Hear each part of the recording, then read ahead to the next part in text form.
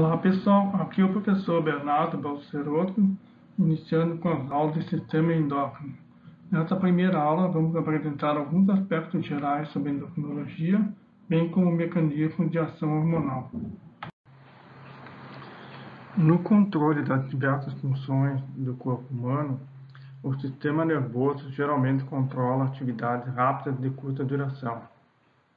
As atividades rápidas são de milissegundos ou segundos, então, por exemplo, como uma contração muscular.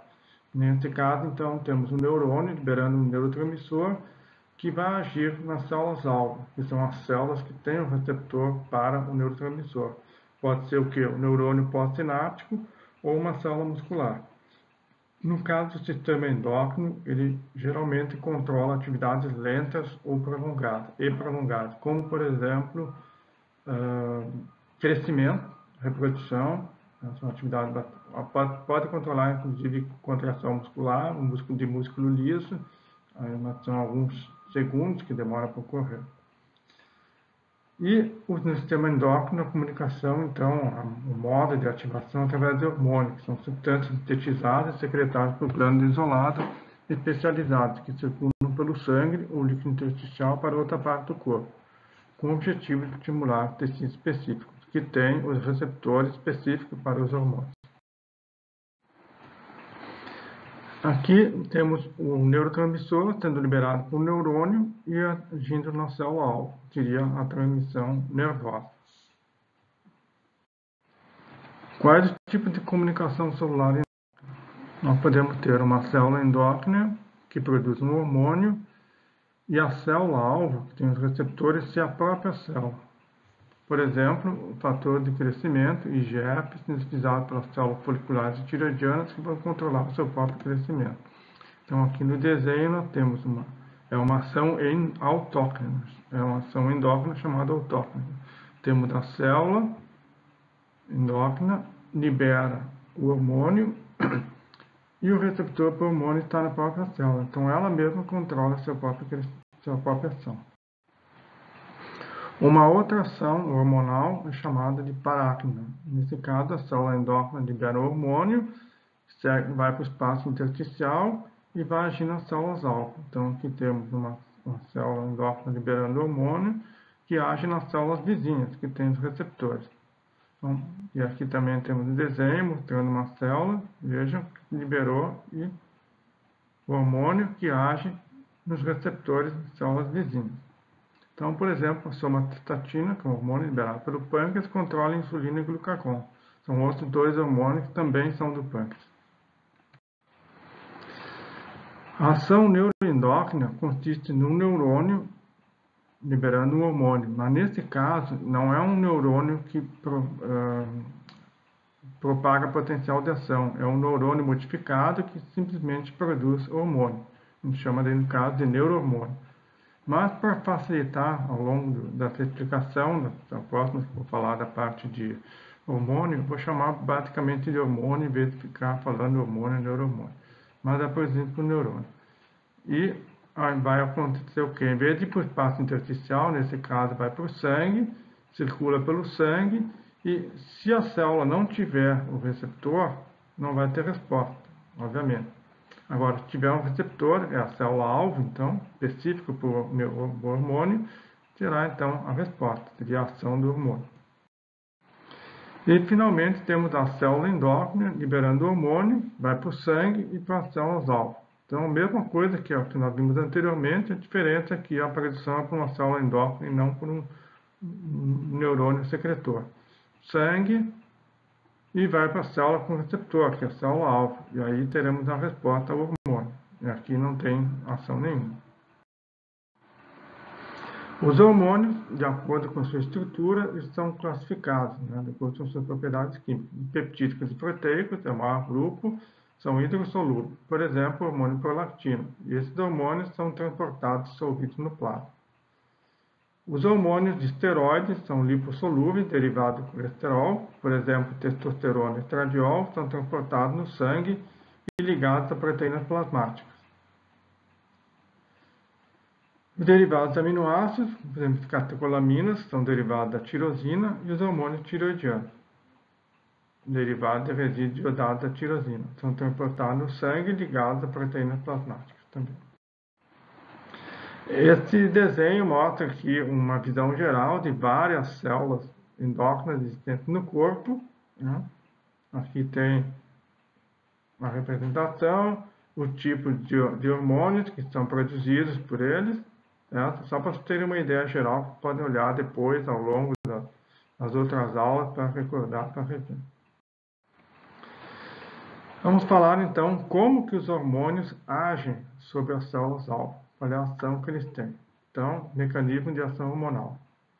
Receptores, então, mais especificando um pouco melhor, são proteínas que têm sítio de união aos quais se ligam os hormônios, provocando mudanças conformacionais que iniciam reações modificadoras do metabolismo na célula-alvo. Basicamente, o que nós vimos para os receptores de neurotransmissores, a mesma coisa. Né? Então, aqui nós temos o hormônio, vai se ligar num receptor específico e aí teremos, então, a ação do hormônio. Nós já vamos ver como vai ocorrer. O mecanismo de ação hormonal, um deles pode ser específico para hormônios proteicos ou peptídicos. Aí vai ocorrer o quê? O receptor para esses neurônios vai estar sempre na membrana.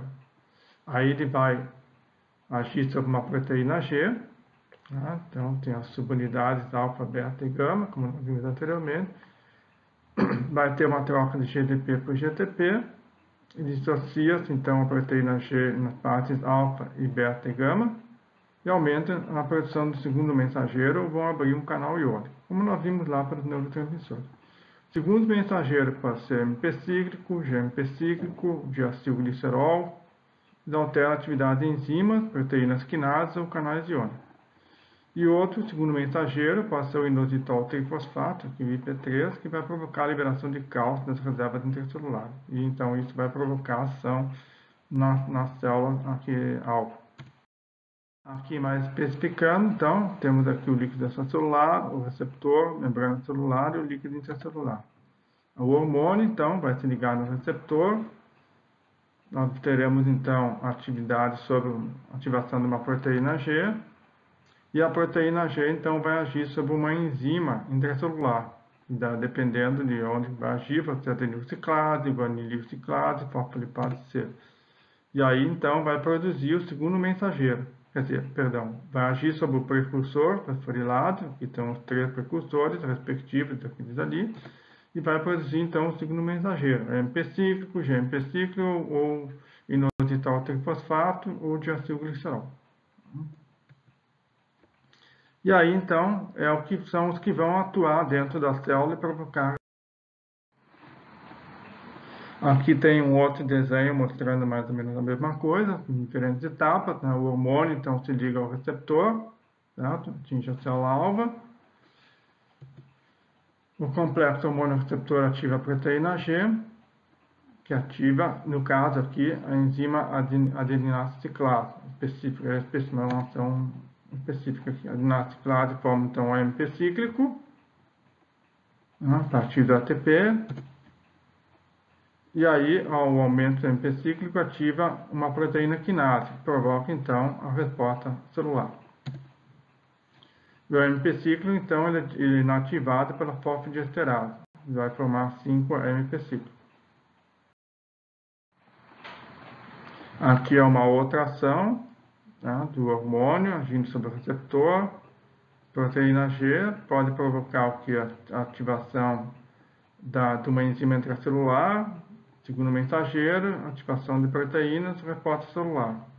Ou, se não, provocar abertura no canal iônico.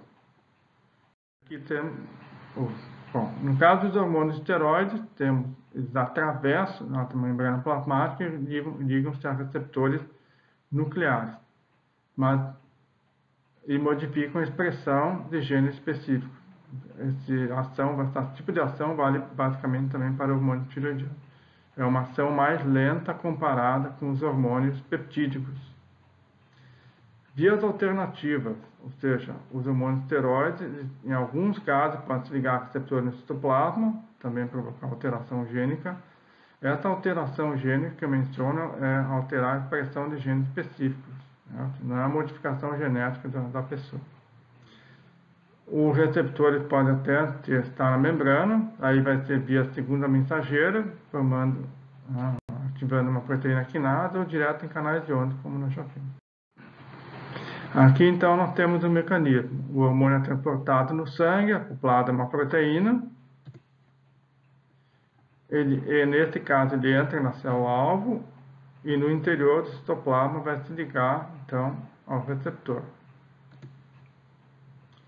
Aí o complexo então se desloca até o núcleo, se liga no DNA e forma um RNA mensageiro. Deixa o núcleo e realiza a síntese proteica no citoplasma. Então esse é o objetivo do RNA mensageiro, formar novas proteínas. E aí então temos a resposta da célula ao hormônio, em função disso. Aqui é um outro desenho mostrando mais ou menos a mesma coisa, que o hormônio sendo carregado com uma proteína, pode se ligar no receptor na membrana, ação por segundo mensageiro, receptor no citoplasma, como nós já vimos, e também receptor no núcleo. São as diferentes possibilidades. Nesse caso, citoplasma e no núcleo, vai agir sobre o DNA, produção de RNA mensageiro e produção de novas proteínas que então vão determinar a resposta da célula. Aqui no caso, a regulação dos receptores hormonais, regulação para baixo. O que significa isso? Seria um mecanismo no qual o hormônio diminui o número ou afinidade de seus receptores no tecido-alvo. Então, o que acontece nesse caso? Ao longo do tempo, à medida que o hormônio fica agindo, se ele está sempre agindo, liberando, acontece o que? Inicialmente, existem muitos receptores para o hormônio, eles acabam sendo diminuídos. Então, temos redução da produção de novos receptores, vai aumentar a degradação dos receptores existentes e inativação dos receptores. Então, quer dizer o quê? O efeito do hormônio sobre a célula-alvo diminui, porque diminui o número de receptores. Então, por exemplo, a progesterona ação no próprio receptor no útero e sobre receptores para outros hormônios, como por exemplo para estrogênio, vai ser visto mais tarde. E a triodotironina, T3, diminui a sensibilidade do receptor do hormônio na liberação de tirotropina na hipófise anterior, ou na adenipófise. Uma outra é a regulação para cima, seria um mecanismo no qual o hormônio aumenta o número ou afinidade de seus receptores. Nesse caso, então, ao longo do tempo, temos inicialmente poucos receptores e ao longo do tempo vai aumentando o número de receptores. Então, aumento da síntese de novos receptores, diminuição da degradação dos receptores existentes e ativação dos receptores. Então, o efeito do hormônio aumenta. Então, por exemplo, a prolactina aumenta o número de receptores da mama no final da gestação da mulher. Então, para ter uma ação mais forte na produção de leite. Hormônio de crescimento aumenta o número de receptores no músculo esquelético e no fígado, e estrogênio aumenta o número de receptores no útero em determinadas fases do ciclo estral.